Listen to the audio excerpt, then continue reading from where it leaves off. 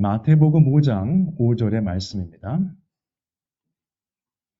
지난주에 저희가 3절과 4절을 하면서 심령이 가난한 자, 애통하는 자에 관한 말씀을 드렸었습니다. 오늘 말씀도 계속해서 팔복에 들어가는 것이기 때문에 함께 보셔야 돼요. 심령이 가난한 자, 애통하는 자, 그 다음에 오늘은 온유한 자가 되겠습니다. 지난주 말씀 중에 질문이 있어서 잠깐 설명을 더 드리도록 하겠습니다. 심령이 가난한 자, 이러한 자, 애통하는 자들은 어떤 모습이냐면 저희들이 모습이 드러나는 것이 아니라 하나님의 모습, 예수 그리스도의 말씀만이 드러난다는 것을 기억하셔야 될 것이에요. 사역도 마찬가지입니다. 꼭 우리가 하는 사람들이 드러나는 것이 아니라는 거 기억하시고요. 그래서 설명드린 게 뭐냐면 우리가 타고난 성격이나 기질이 있습니다. 근데 그것만 드러나는 삶은 변하지 않는 삶이겠죠. 말씀으로 붙잡힌 바 되지 않는 삶을 말하는 것이고 그리스도를 닮아가는 삶은 계속해서 진행형입니다. 그것을 성화라고 하는데 그러면은 타고난 성격이나 기질은 전혀 바뀌지 않느냐? Yes and no입니다. 대답은. 왜냐하면 얼굴 생김새가 예수님을 믿음으로 인해서 바뀌지 않아요. 그러나 표정이 바뀌겠죠. 기쁨이 있다면. 그 다음에 목소리도 안 바뀝니다. 주어진 목소리는 바뀌지가 않아요. 뭐가 바뀔까요? 톤이 바뀌죠. 듣기에 좀 다른 느낌이 드는 그러한 톤. 그 다음에 성품이 그리스도를 닮아가는 것으로 바뀌게 되어 있습니다. 그 변화가 반드시 일어나야만 우리는 지금 신앙생활을 한다고 할 수 있다는 거 기억하시고요. 조금 더 설명을 드리면 그리스도를 닮아간다는 게 무슨 뜻인가? 여러분들 지금 그림에 보시면 뭐가 보이시나요? 돌덩어리 같은 게 하나 보이죠? 근데 깎기 시작합니다. 그 모양이 조금씩 나오기 시작하죠. 뭔가 좀 가치 있는 게 나올 것 같습니다. 그렇죠? 다이아몬드죠. 원석을 깎아서 하다 보면 다이아몬드가 되는데 이렇게 변화되는 과정을 성화라고 합니다. 원래 태어난 모습이 저는 이래요 라고 이제 할 수가 있는데 그게 변화를 받는다는 거죠. 무슨 뜻인가 하면 저희들이 각각 한 분 한 분이 하나님께서 하나님의 형상을 따라 지으셨어요. 그러면 하나님께서 원하시는 형상이 있었는데 죄된 본성으로 인해서 원석이 지금 나온 겁니다. 막 뭐가 많아요. 불필요한 게. 그래서 하나님께서 원하시는 모습으로 변화되어 가는 과정이죠. 맨 왼쪽에서 오른쪽으로 변화되는 과정인데 불필요한 것들이 없어지는 과정입니다. 여러분 음식 하실 때 보면은 이 닭고기 같은 거를 이렇게 부위에 따라 다르지만 어떤 부위는 굉장히 팻이 많아요. 그래서 음식을 하실 때 보면 팻을 다 이렇게 좀 걸러내시더라고요. 잘라내고 뭐 빼고 해서 살코기만 가능하면 건강을 위해서 하시는데 우리의 신앙생활이 마찬가지입니다. 신앙생활과 관계없는 것들이 너무 많아요, 지금. 그거 다 이제 깎아져 가는 과정이 성화라는 것을 기억하시면 도움이 되겠습니다. 이것이 이제 오늘 또 본문과도 관계가 있기 때문에 설명을 좀 드렸습니다. 자, 오늘 본문은 온유한 자는 복이 있다라고 되어 있습니다. 온유한 자 하면은 영어로는 적게 되어 있어요. humble, gentle and mild. 겸손하고 신사적이고 부드러운 사람. 그러한 사람은 복이 있다고 되어 있습니다. 그럼 원래 저는 그렇게 안 태어났습니다. 그렇게 계속 사실 수가 없다는 거죠. 아까 설명드렸죠? 변화하셔야 돼요. 겸손하게, 신사적으로, 부드럽게. 이렇게만 보면은 세상적으로 보면은 별다른 특징이 없는 사람입니다. 평범한 사람이에요. 그냥 좋은 사람이죠. 세상적으로만 보면 별로 매력적인 사람은 아니에요. 뭐가 뛰어나고 뭐 센 그런 게 없고 그냥 괜찮은 사람. 그 정도. 근데 성경 말씀에는 그러한 사람이 복이 있다고 되어 있습니다. 누가복음 보시면은 같이 한번 읽으실까요? 시작. 무릇 자기를 높이는 자는 낮아지고 자기를 낮추는 자는 높아지리라. 조금 전에 온유하다는 것 중에서 겸손이 들어가 있었죠. 결국은 자기를 높이는 자와 낮추는 자가 있는데 스스로 높이는 자들이 있어요, 항상. 근데 자신을 낮춘다는 것이 인위적으로 내가 정말 뭐 하고 싶은데 억지로 누르는 것은 아닙니다. 내가 신앙생활하면서 옛날에 하던 거 다 하고 싶은데 억지로 누르고 사는 게 아니에요. 그것처럼 고통스러운 삶이 없겠죠. 빌립보에서 보시면은 그리스도 안에서 기뻐해야 되는데 기쁨이 없습니다. 이런 삶은. 막 원하는 게 많아요. 세상적으로. 근데 억지로 누른다. 이런 뜻이 아니고요. 그 다음에 보시면은 뭐가 보이시나요? 자판기가 보이죠? 그럼 자판기는 어떻게 작동합니까? 제가 돈을 넣고 누르면 원하는 것을 딱 받을 수가 있습니다. 위에 보시면 자기를 높이는 자는 내가 높이면 낮아지고 내가 스스로 나를 낮추면 높아진다. 오케이. 그러면 내가 어떤 행위를 해서 그 결과로 복을 받는 것인가? 그것도 아니에요. 신앙생활은 비즈니스 딜도 아니고 자판기도 아닙니다. 내가 선행을 했으니까 하나님께서 복을 주시겠지. 이런 게 아니라는 겁니다. 어떤 사람들은 내가 많이 섬기면 내가 목회자니까 하나님께서 복을 많이 주시겠지. 이런 착각을 하는 경우가 있습니다. 기억하시지만은 포도원의 일꾼들 왔을 때, 그쵸? 새벽에 왔던 사람이나 마지막 해지기 전에 온 사람이나 같은 액수를 받았다는 거 기억하셔야 돼요. 그러면 온유한 사람 예가 많이 있는데 아브라함의 예를 한번 들어보도록 하겠습니다. 아브라함과 롯이 함께 떠나서 길을 떠나서 이제 가나안 땅 근처에 와서 같이 머물렀는데 하나님께서 복을 주셔가지고 막 가축이 늘어나고 하니까 땅이 좁아졌어요. 그래서 어떻게 했습니까? 아브라함이 서로 다투게 하지 말자. 다투지 말자 이런 뜻이죠. 내 앞에 온 땅이 있지 아니하냐. 나를 떠나가라. 내가 좌하면 나는 우하고 내가 우하면 나는 좌하리라. 선택권을 줬죠. 롯에게. 그랬더니 롯이 눈을 들어 요단 지역을 바라본즉 소알까지 온 땅에 물이 넉넉하니 굉장히 좋아 보이는 땅이 있었어요. 여호와께서 소돔과 고모라를 멸하시기 전이었으므로 여호와의 동산 같고 애굽 땅과 같았더라. 어떻게 했을까요? 롯이 제가 좋은 땅을 양보하겠습니다. 절대 안 그러죠? 그러므로 롯이 요단은 온 지역을 택하고 떠나갔습니다. 아브라함이 눈이 나빠서 그걸 못 본 게 아니에요. 본인도 그걸 봤을 거예요. 아, 저쪽 땅이 좋아 보인다. 근데 선택하라는 거죠. 좋은 거 가지라는 거죠. 적용을 하면 이렇습니다. 물론 여기는 주의 종이라는 디렉트 애플리케이션이 있지만은 다들 아시는 것처럼 모든 성경 말씀은 성도 한 분 한 분한테 다 적용이 되는 거죠. 일단은 주의 종이지만은 마땅히 다투지 아니하고 아브람도 그랬죠. 다투지 아니하고 모든 사람에 대하여 온유하며 가르치기를 잘하며 참으며 온유해야 돼요. 말씀을 가르치는 자들은. 그리고 참아야 됩니다. 거역하는 자를 온유함으로 훈계할지니 이게 참 힘들어요. 잘 듣는 사람들을 훈계하는 거는 어느 정도 괜찮아요. 근데 거역하는 사람들 있죠. 아닌 것 같은데요. 뭐 하는 사람들이 있습니다. 그럼 이제 한국말로 하면 딴지를 거는 건가요? 그런 분들한테 온유하셔야 돼요. 쉽지 않습니다. 그렇다고 그분들 말을 다 들어주다는 것이 아니라 훈계하되 온유함으로. 왜 그럴까요? 내가 훌륭한 목회자라서 그런 게 아니라 하나님께서 혹시라도 그들에게 회개함을 주사 진리를 알게 하실까 하며 라고 되어 있습니다.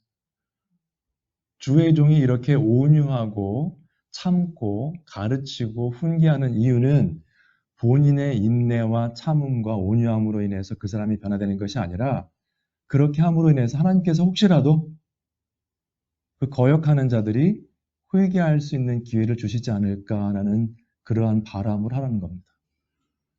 여기에는 주의 종이라고 되어 있지만 주의 종이 드러나지 않습니다. 하나님만이 드러나는 사역이 되겠죠.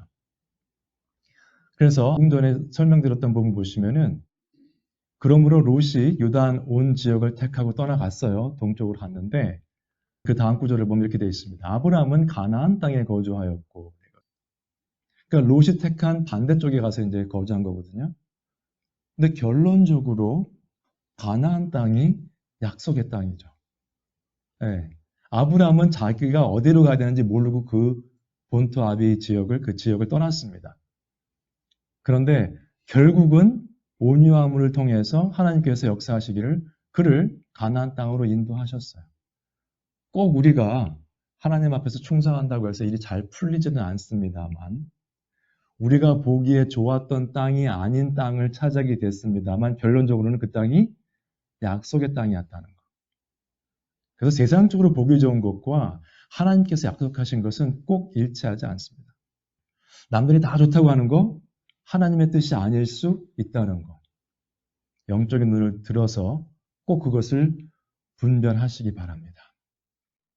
그 다음에 이제 저희가 자라면서 항상 듣는 이야기가 큰 교회, 작은 교회를 떠나서 이런 이야기를 합니다. 성경 말씀이나 신앙의 성숙 정도는 어떤 때는 이제 스몰 그룹을 하면 순장 레벨입니다. 순원들의 성장 레벨은 그러니까 순장이 잘해야 됩니다. 이런 식으로 얘기를 하고 또 교회는 또 목회자 레벨까지 갑시다. 이런 얘기를 많이 듣습니다.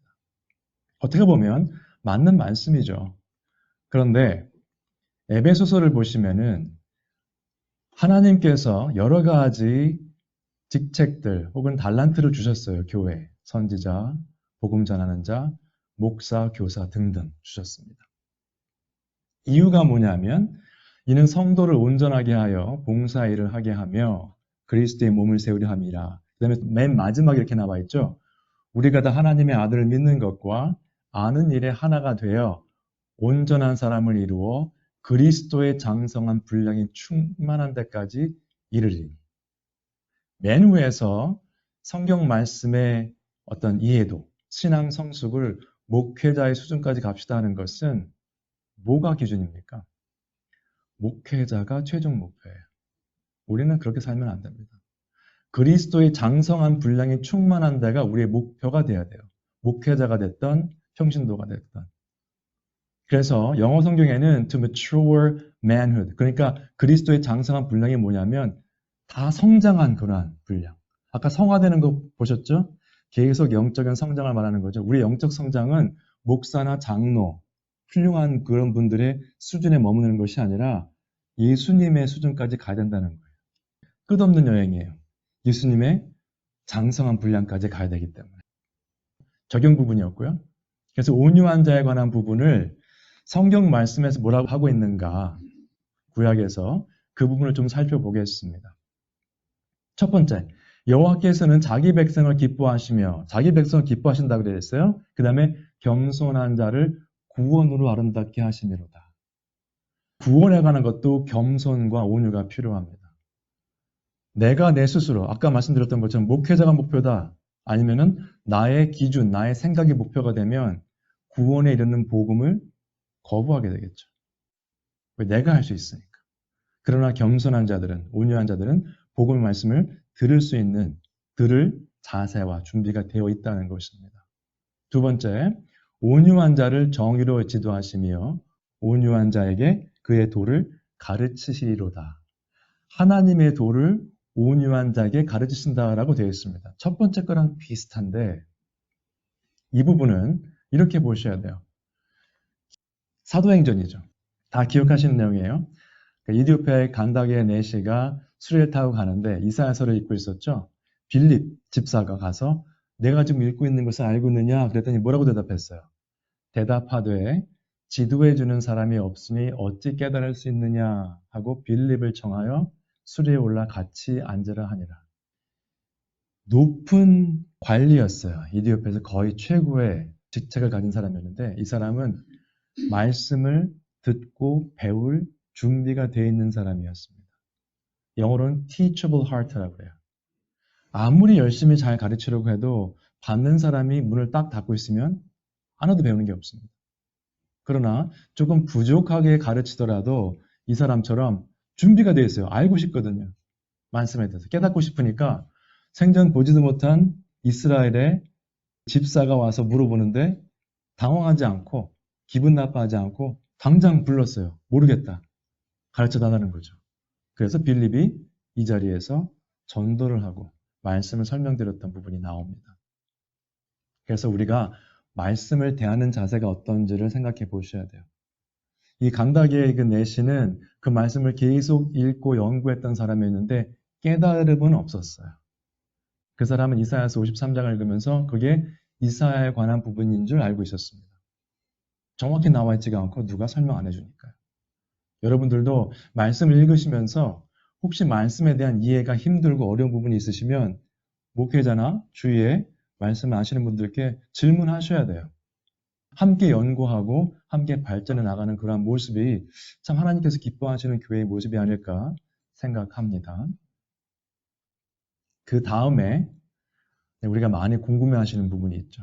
온유한 자는 복이 있나니 땅을 기업으로 받을 것이며. 네, 이거 아주 그냥 이 말씀을 액자에 넣어놓고 나도 이제 다음에 온유하게 살면서 땅을 좀 사볼까, 부동산에 투자를 해볼까 이런 분들이 있는데 전혀 해당되지 않는 이야기입니다. 왜냐하면 온유한 자는 어떤 자들이에요? 자신의 유익을 구하지 아니하고 겸손하고 성품이 그냥 온유한 사람들이에요. 아까 말씀드렸던 게 평범한 사람, 그냥 좋은 사람들이에요. 이 사람들은 참 좋은 사람들이다. 근데 세상적으로 보면 그런 사람들이 세상적으로 성공해서 돈을 많이 버는 그러한 경우는 흔치 않아요. 보통 성공한 사람들은요, 좀 적극적이고, 좀 공격적이고, 남한테 매정하게 할 때도 있고, 이런 사람들이 성공합니다. 세상적으로 보면.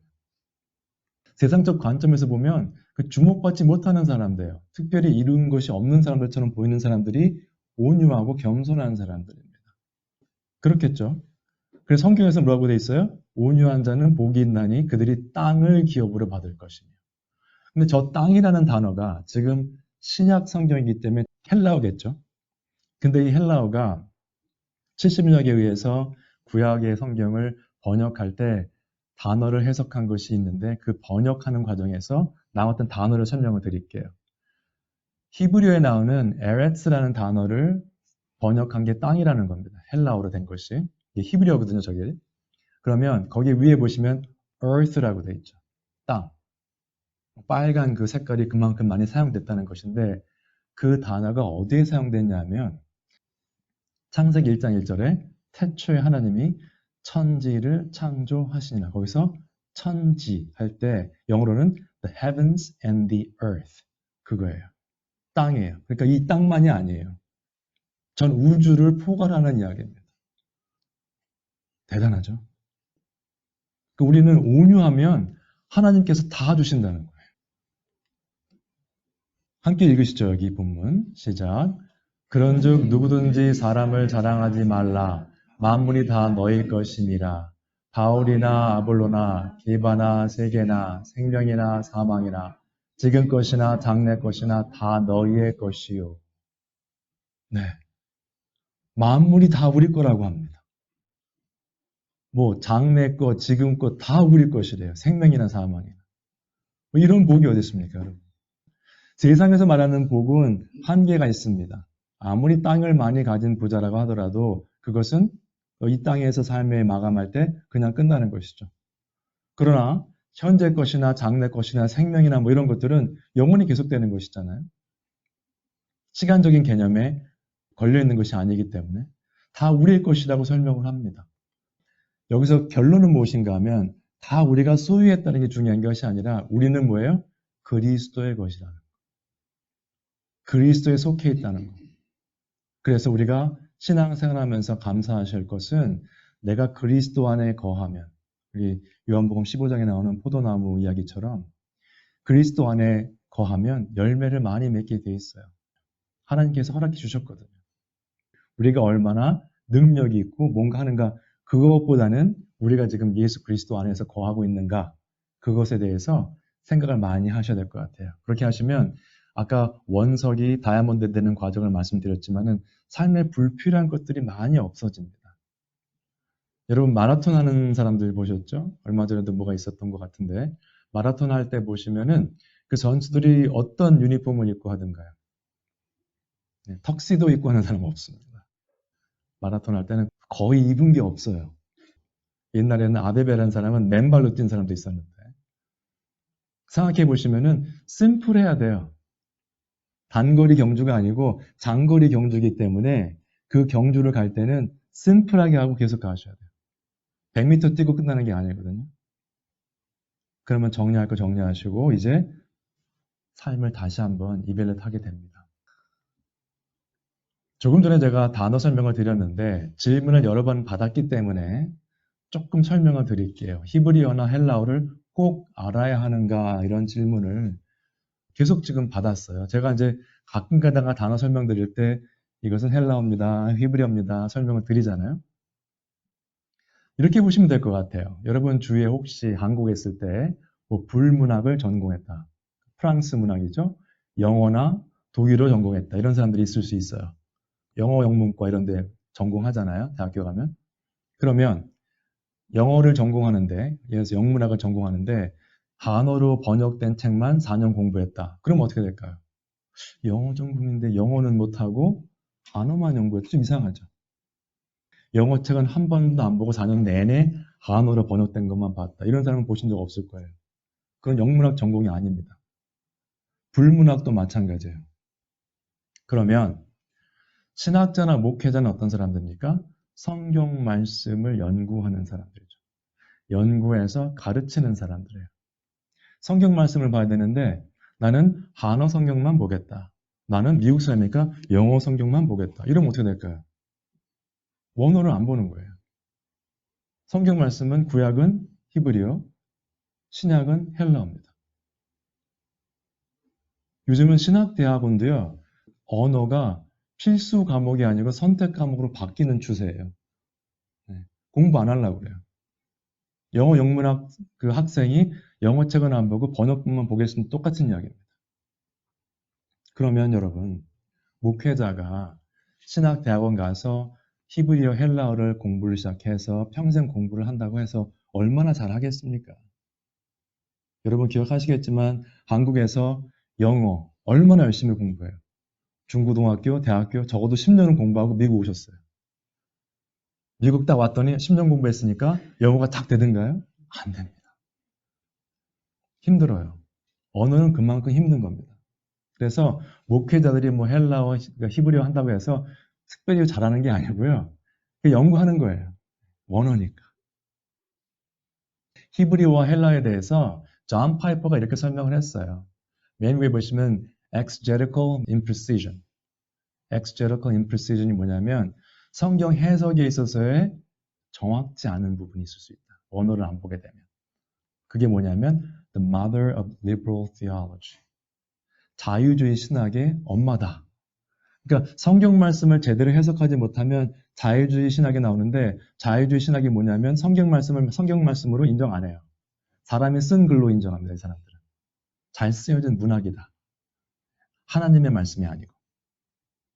엉망진창되는 거죠. 그래서 성경의 정확한 해석의 중요성을 강조하는 부분이고 위에는 밑에 부분은 뭐냐면 성경 말씀 원어를 안 보기 시작하면 두 가지 부류가 생기는데 하나는 마음이 닫혀 있어요.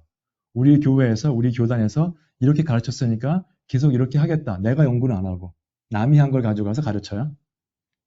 아니면 이것도 괜찮고 저것도 괜찮답니다. 교리적으로. 그렇게 되면 어떻게 됩니까? 전통주의나 개방해서 다양화가 돼버려요. 네. 성경 해석에 있어서. 문제가 심각해집니다. 그래서 맨 위에 저기 보시면은 사람들이 보통 성경의 무호성을 얘기합니다. 성경에는 오류가 없다. The inerrancy of the Bible이라고 되어 있는데 그 부분을 설명하면서 아무리 그렇게 말을 해도 Our actions reveal our true convictions about its centrality and power. 뭐냐면 성경의 무호성을 인정하면서 나는 번역본만 보겠다. 앞뒤가 말이 안 된다는 거죠. 존 파이퍼 얘기입니다. 그래서 the pastoral office, 적어도 목회자들은 이 부분을 회복해야 되겠다. 여러 가지 문제가 있지만은 어떤 부분을 회복해야 되는가?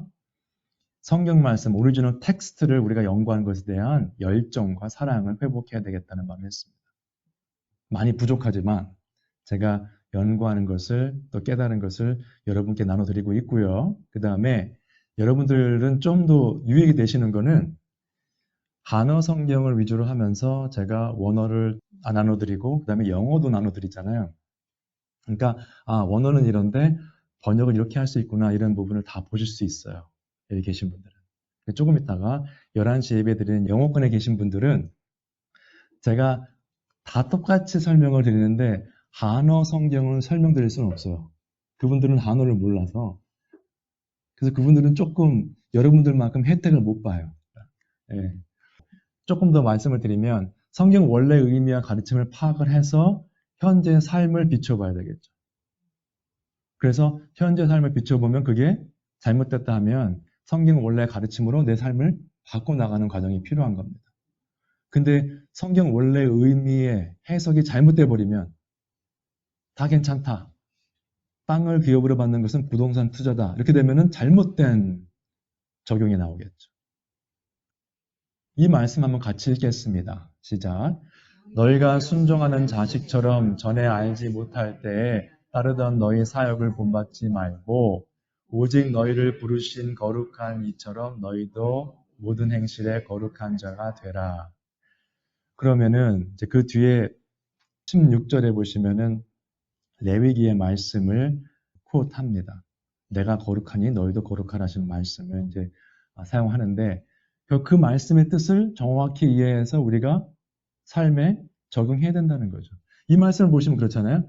전에 알지 못할 때, 하나님의 말씀을 알지 못할 때 따르던 너희 사역을 따르지 말고, 그것을 본받지 말고, 이제는 말씀에 기록된 것처럼 그 가르침에 따라서 삶을 바꾸라는 거죠. 모든 행실에 거룩한 자가 되라. 왜냐? 말씀에 기록되어 있기 때문에. 언어는요, 그래서 어렵습니다. 역사와 문화, 그 이상이 들어가 있어요. 저희가 영어를 요새는 좀 다르게 가르치는 것 같은데 한국에서 배우고 와서 미국 와서 왜 영어가 잘 안 되냐면 우리가 영어 문법은 배웠지만은 역사와 문화를 몰라요. 그러니까 단어를 몇 개 알고 표현을 외웠다고 해서 그게 대화가 되지 않습니다. 그들이 말하는 것을 우리는 알지 못해요. 예를 들어서 스포츠를 좋아하시는 분들에게 얘기하는데 나는 전혀 관심이 없다 그러면 대화가 안 되겠죠. 제가 모르니까. 언어 자체가 안 돼서 문제가 아니라. 똑같은 원리입니다. 그래서 히브리어 헬라어를 왜 해야 되는가 목회자나 사역자들은 그 부분에 대해서 언어뿐만 아니라 그 언어를 통해서 그때 당시의 역사와 문화를 함께 연구하기 때문에 원래의 뜻을 알 수 있죠. 그것을 전해드릴 수 있는 역할을 하기 위해서 연구한다는 거 기억하시면 좋겠습니다. 자, 그러면 온유와 겸손, 젠틀하고 신사적이고 부드럽고 이런 단어의 뜻이 있는데 그러면 세상적으로 보면 굉장히 약해 빠진 사람처럼 볼 수 있어요. 주관도 없고. 그런데 여기 보시면 리암 모리스라는 분이 이렇게 말했습니다. True meekness, 그러니까 진정한 온유는 may be a quality of the strong. 강한 사람이 가지고 있는 것일 것이다. 강한 사람이 할 수 있는 것이, 가질 수 있는 것이 온유합니다. 이렇게 말을 했어요. 자기 self-control입니다. 자기 절제인데 같이 한번 읽으실까요? 이 부분. 시작. 모든 것이 가하나 모든 것이 유익한 것은 아니요. 모든 것이 가하나 모든 것이 덕을 세우는 것은 아니니 누구든지 자기의 유익을 구하지 말고 남의 유익을 구하라. 다 할 수 있어요. 할 수 있는데 내가 그것을 취하는 것이 아닙니다. 내가 힘이 있지만 그 사람을 억누르지 않는 것입니다. 잠언서의 말씀입니다. 자기의 마음을 제어하지 아니하는 자는 self-control이에요. 자기 절제. 없는 사람은 성읍이 무너지고 성벽이 없는 것과 같으니라. 성읍이 무너지고 성벽이 없는 그 도시는 폐허가 된 겁니다. 아무것도 남아있지 않아요. 적들이 와서 다 그냥 점령해버리는 그러한 곳입니다. 그러한 삶을 사는 사람은 뭐죠? 자기 절제 못하는 사람은 삶이 황폐하다는 거죠. 자기 절제. 반드시 기억하시면 온유와 자기 절제는 같이 가는 것입니다. 절대로 약한 것이 아니라 a quality of strong. 강한 사람만이 할 수 있는 것이 온유입니다. 한국에서도 그 사자성어 중에 외유내강, 그렇죠? 속은 강하고 겉은 부드러워. 근데 우리는 보통 어떻죠? 속은 아무것도 없는데 겉으로 굉장히 강합니다. 반대로 하면 안 될 것 같아요. 예수 그리스도 역시 온유, 절제 생각하면 예수 그리스도를 생각하셔야 됩니다. 수고하고 무거운 짐진 자들아 다 내게로 오라. 내가 너희를 쉬게 하리라. 나는 마음이 온유하고 겸손하니 나의 멍에를 메고 내게 배우라. 그리하면 너희 마음이 쉼을 얻으리니 이는 내 멍에는 쉽고 내 짐은 가벼움이라 하시니라. 그러면 이렇게만 들으시면 예수님은 항상 온유하시고 겸손하시고 부드러우시고 그런 분이다. 아기예스러우신 예수 그리스도 이렇게만 생각하시는데 빌립보에서 보시면 이렇게 나와 있죠. 같이 한번 읽으실까요? 시작. 그는 근본 하나님의 본체시나 하나님과 동등됨을 취할 것으로 여기지 아니하시고 오히려 자기를 비워 종의 형체를 가시사 사람들과 같이 되셨고 강한 사람이 가질 수 있는 것이 온유다. 하나님이셨기 때문에 이렇게 온유하고 완벽한 온유와 겸손을 가지실 수 있었던 그 이유는 예수님께서 하나님이셨기 때문이었습니다. 하나님과 동등됨을 취하지 않으셨어요. 종의 형체를 가지셨어요. 자신을 비워서. 스스로 그렇게 하신 거예요. 온유와 겸손. 그래서 여러분 온유하고 겸손한 사람들을 볼 때 저 사람은 약한 사람들 생각하지 마시고 정말 강한 사람들입니다. 자기 체면, 자존심 이런 거 별로 안 부리는 사람들이에요. 왜냐하면 속이 꽉 찬 사람들이거든요. 속이 빈 사람들이 자존심 내세웁니다. 보통. 여러분 자녀들과 부모 사이에 이렇게 자녀들한테 막 야단치고 할 때 감정적으로 하는 부모들이 있죠. 근데 보통의 경우에 아이들이 잘못한 그런 경우도 있지만은 대부분의 경우에 부모로서의 자존심이 상해서 그렇습니다. 애들한테 부모 대우를 못 받아서. 네. 생각해 보세요. 정말 내가 자녀를 사랑해서 그렇게 얘기를 한 건지 감정적으로 내가 화가 나서 그렇게 한 건지 생각을 해보시기 바랍니다. 같은 원리예요. 그래서 세 가지를 쭉 보셔야 돼요. 지난주부터 3주 동안 쭉 하셨는데 심령이 가난한 자, 첫 번째. 죄에 대해서 바르게 이해한 사람들이죠. 마틴 로리 존스 목사님이 뭐라고 말씀하셨죠? 요즘 교회 문제는 죄에 대한 바른 가르침이 없다. 그러니까 그냥 겉으로 행복한 삶을 사는 크리스찬이 괜찮다. 이런 식으로 간다는 거죠. 속에 남아있는 것이 없이, 진정한 변화 없이. 그러나 죄에 대해서 바른, 절실한 깨달음이 있는 자들이 심령이 가난한 자들이고요. 그다음에 애통하는 자들은 그렇게 심령이 가난한 자들이 말씀에 대한 반응이에요. 바른 반응이죠. 회개하는 반응입니다. 오늘 기도하셨지만은 온유한 자, 결국은 그리스도의 성품을 닮아가는 그런 삶을 사는 자들인데 거기에는 분명히 결심과 노력이 필요합니다. 하나님 저에게 그렇게 살아갈 수 있도록 해주세요 하고서 기도만 하고 계시면은 아무것도 되는 것은 없어요. 가장 좋은 예가 늘 말씀드리지만 파이널 exam이 다음 주인데 하나님의 은혜를 기도하면서 나는 공부 안 한다. 성적이 나올 수가 없어요. 가끔 가다가 어떤 분들은 꿈에 하나님께서 시험 문제를 주셔서 시험을 패스했다. 그런 분도 계세요. 신학교 가신 분들도. 제가 놀랐는데. 그거 아닙니다. 결국 세 가지를 다 보시면 뭡니까? 하나님의 말씀으로 다 가능한 거예요. 말씀이 들어갔을 때 이런 일들이 일어나게 되어 있습니다. 오늘의 결론은 온유한 자는 복이 있나니 그들이 땅을 기업으로 받을 것이며 하셨는데 미가서의 말씀입니다. 함께 읽으시죠. 시작. 사람아 주께서 선한 것이 무엇임을 내게 보이셨나니 여호와께서 내게 구하시는 것은 오직 정의를 행하며 인자를 사랑하며 겸손하게 내 하나님과 함께 행하는 것이 아니냐. 하나님과 함께 행한다고 되어 있는데 영어 성경에는 walk라고 되어 있습니다. 걷는 거죠. 그러니까 문자적으로는 walk, 걷는다는 뜻인데 걷는다는 것이 하나님과 함께 동행하면서 사는 삶. 그 동행하는 삶이에요. 그렇게 사는 것이 아니냐 그렇게 말을 하는 겁니다. 여러분 하나님과 동행했다고 나와 있는 사람 중에 가장 유명한 사람이 에녹이죠.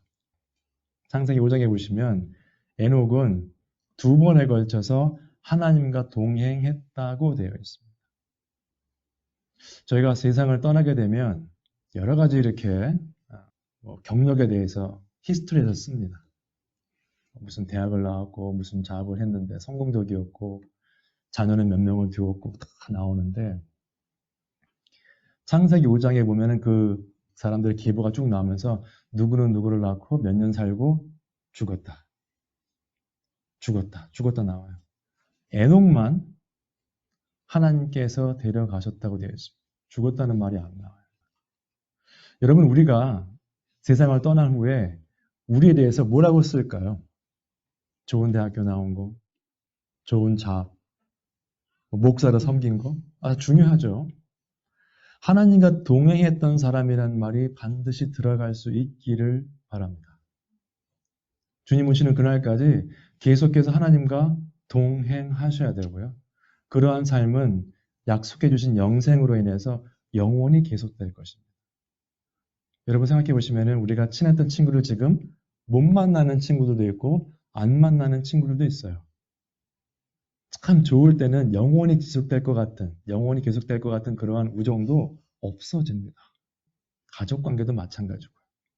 남는 거는 뭐예요? 하나님과 나와의 관계예요. 우선적으로. 여러분 그걸 기억하셔서 계속해서 겸손하게 나의 생각, 나의 요구를 주장하지 마시고 겸손하게 하나님과 함께 동행하셔서 계속해서 하나님의 복을 누리시고 정말 이 땅을 기업으로 받은 자들로서 자신감을 가지고 살아가실 수 있기를 주님의 이름으로 축원드립니다.